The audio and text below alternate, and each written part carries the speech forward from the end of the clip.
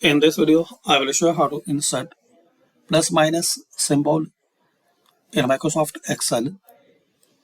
So click on insert, then symbol equation, and here in this equation editor you will find this plus minus symbol. Just select it.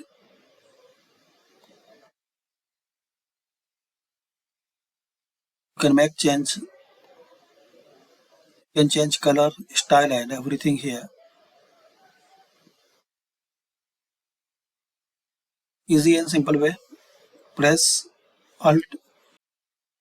So very simple and easy way. Insert, click on then equation and select this first